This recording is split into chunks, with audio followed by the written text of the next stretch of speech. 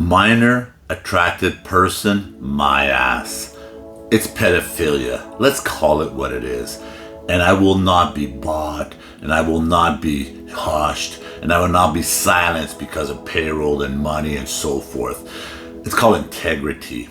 And I want to have a raw conversation, at minimum, at least with those that have the integrity to have that conversation. But I first and foremost, I want to premise this on the grounds that I've owned sex shops or adult fun store. I've been in gay clubs. I've danced in gay clubs. I love and respect those that have loving same-sex relationships. I've done a lot. I've even dressed as a woman at Halloween and so forth. Like I have no care for that. I work on love, trust, respect, loyalty with a balance of understanding and morals. Key words being morals. So when I speak of pedophilia, I speak from knowledge, training, and experience. I have worked the system. I have read the files. I know what pedophilia is. And pedophilia is a criminal behavior, but it's also a sickness. And it's also a sickness that results often from cycles of pedophilia, victims of pedophiles, where they carry on and create victims of pedophilia.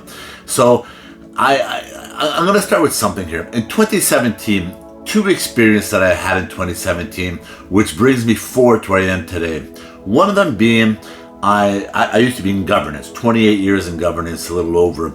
And in 2017, there was a mandatory training. And the mandatory training was, I'm not even going to call them, I'm not going to gender specify anybody, because there was 3 human beings up front. And the 3 human beings did not identify as a man or woman. There was like 112 genders up front. And it was a mandatory training. Government professionals of all age groups, of all cultures and religion and ethnicities, etc. Upbringing and different upbringings of all kinds. And some of the professionals in the group, in the room, which was a lot of them, were offended. But it was like their upbringing, their beliefs, and it didn't matter. It was mandatory. They had to attend. They had to attend regardless, and they had to listen to it regardless. Why? Because the people holding the reins in the purse said so. Because if they wouldn't, then it'd be affected, their jobs or whichever, right? And what was interesting about that whole session, which lasted a couple of hours, at the end I spoke out. And I spoke out on the love, trust, respect, and loyalty with a balance of understanding and morals, where I specified that the LGBTQ and Two-Spirit, all that stuff, that pedophiles want to be part of that acronym. This is back in 2017, where today I've had individuals flash forward who have said, you were so right on that. I know I was right. Call it my dyslexic mind that I grabbed the pieces of the tapestries and put them together. And I've always been that way. And what I said to them is, they want to be part of the acronyms, and they're finding ways. And I ask you today, just today, go to the internet and start searching pedophile association, pedophile groups, and so forth. You're going to find them everywhere. They're in Europe, they're in the United States, they're in Canada, they're in your provinces, they're in your cities. They're everywhere, these groups. And I said that back then. They want to be part of the LGBTQ, etc. acronyms, pedophiles. And what they've done for the last, this is not overnight here. This has been decades in the work. They've put themselves in positions of power, whether it's counselors, whether it's mayors, whether it's presidents, it doesn't matter which jurisdiction. They're positions of power, positions of control, positions of authority of something, holding the reins of something. And they've been doing this for decades. And hence why we have associations and groups and so forth everywhere in the world, which used to be illegal. There used to be a time where somebody would find anything pedophilia, law enforcement would go in and arrest them, right? Or deal with it, or the law would come in. Now, if you say anything, and this got brought on by COVID.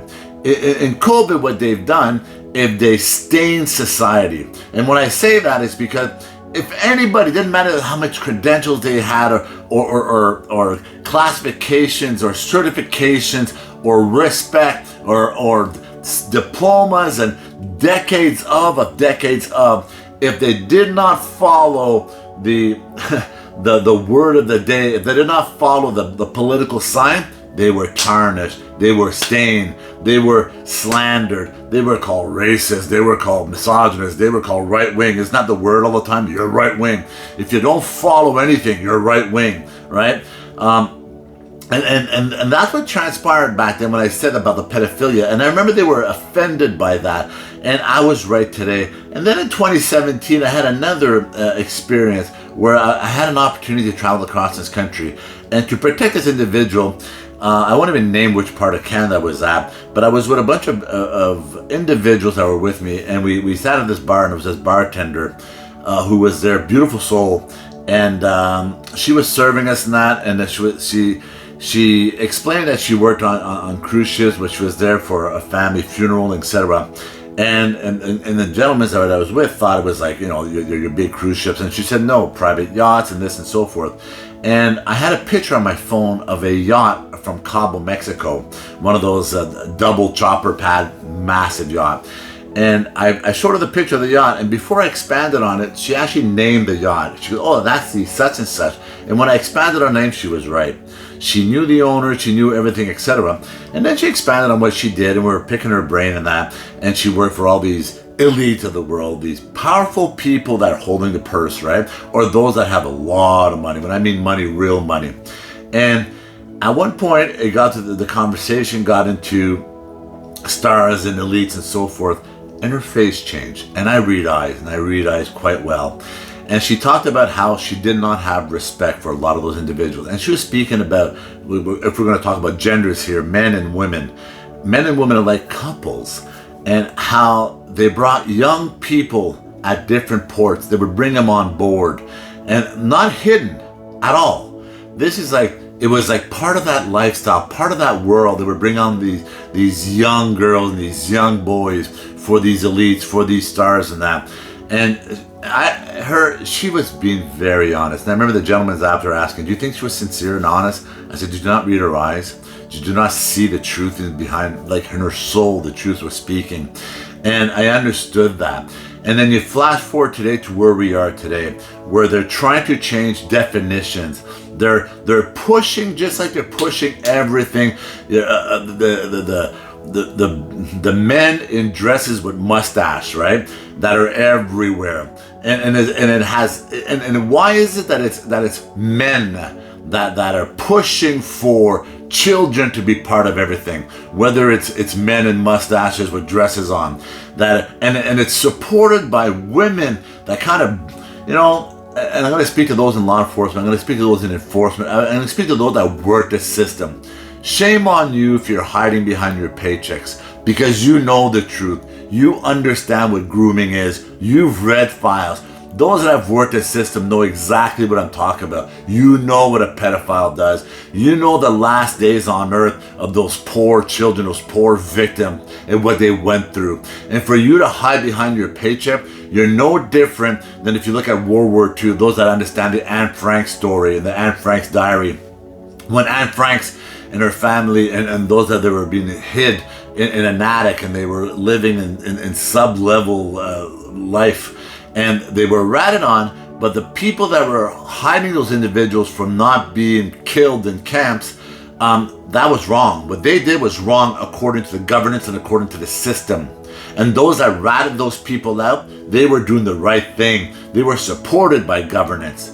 So what you're doing right now, and allowing for the minor attractive definition to be changed from pedophilia to that, and you know the system and you understand what grooming is, you are no different.